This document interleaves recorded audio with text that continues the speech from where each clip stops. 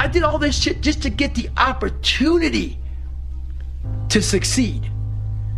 That's what people don't fucking understand, man. If people see the end result. I remember that guy saying, my God, man, I can't believe what the fuck I've just done. I put everything, ruined relationships, ruined this, ruined that, put everything on. In fact, I have to become someone in this world. It comes from a disgusting place of not being fulfilled in your life, of afraid of dying, having never accomplished anything. That's a fear that some people run away from, that people don't want to face. When you have a real fear of dying and being just another person, that I live to pay the bills, I made $1,000 a month. It didn't make me feel good. I wanted to, the first time in my life, after 26 years, it was 24, 25, wherever I was, I wanted to feel good about myself. It is hard to look at that situation and really understand it. And it's horrible to look back at it now and know that we didn't do anything about it. But what can we do with it? How can we apply this to everyday life? You gotta go down swinging.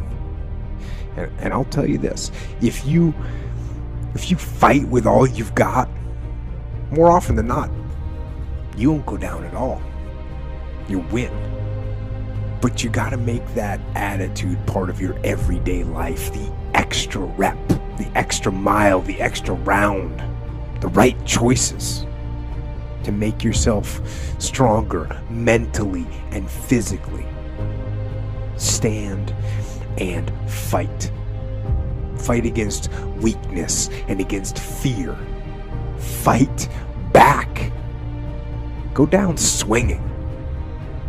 Give every day everything you've got. And when you face a challenge, even something where you don't believe you can win, but if you can't win, remember this: you have nothing to lose.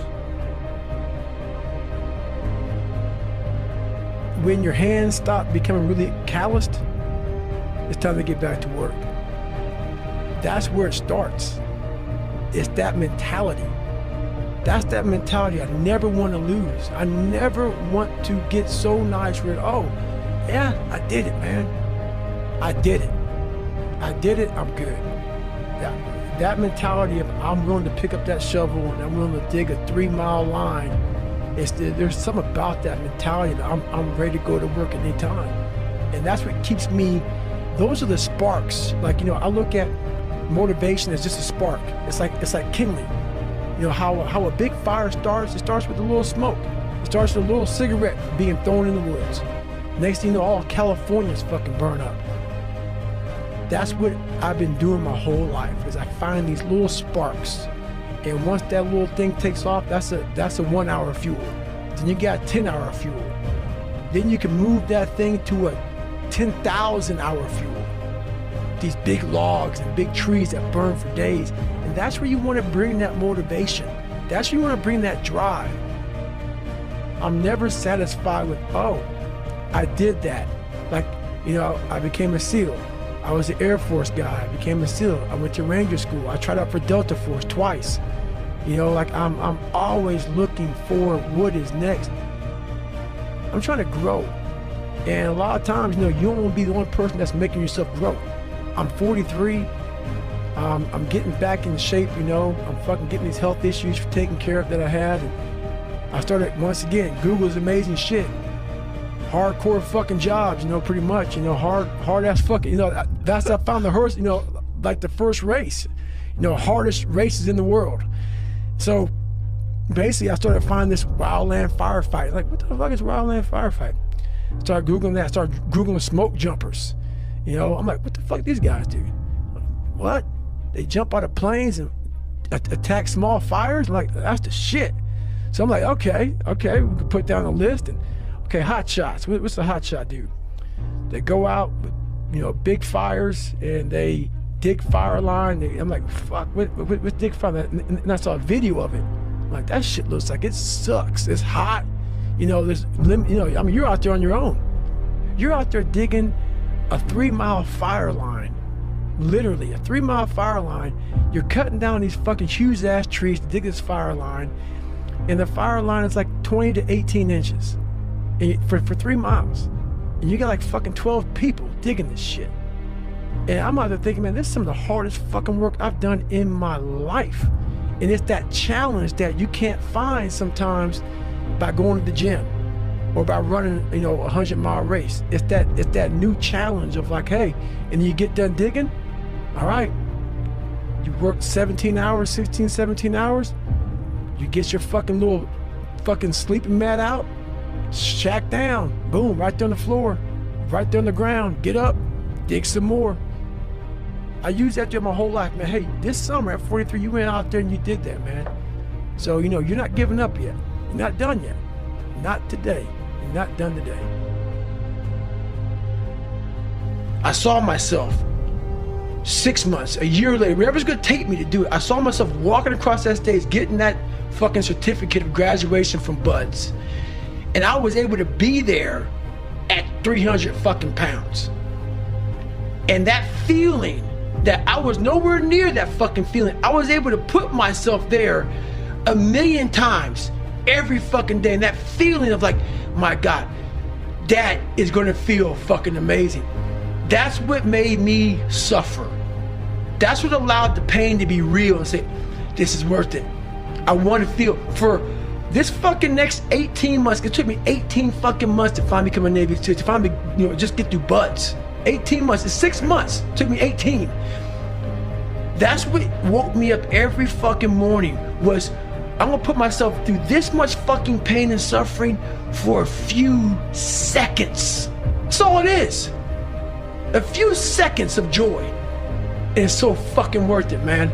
That's what people don't get. So I'm able to put myself at the finish line, even though I have no finish line, but at the finish line of an event before I even start the motherfucker to say, how are you gonna feel at the end of this? If this is my home, this is what I am, I had to always reset the bar. I had to reset my new norm.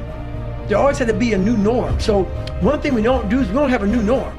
My new norm is you get up every fucking morning at 4 o'clock and you suffer. This is your new norm. That became my new fucking life. Most people want to get out of it. I said, no, motherfucker, this is your new life. This is who you are. Your new norm is you wake up and you suffer.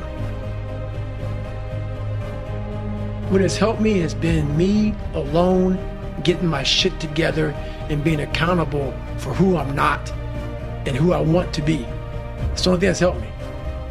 If I put my 100% into what's in front of me, I will destroy it. I didn't go deep into the dungeon of my soul to say, okay, what is making you a quitter? What is making you a weak man? What is making you afraid? And so that's why I kept on quitting and going back to start, or not knowing how to get through hard times. We can't quit. So I kept on putting the sword back in the daggone fire, and I just beat it harder. And I beat it harder.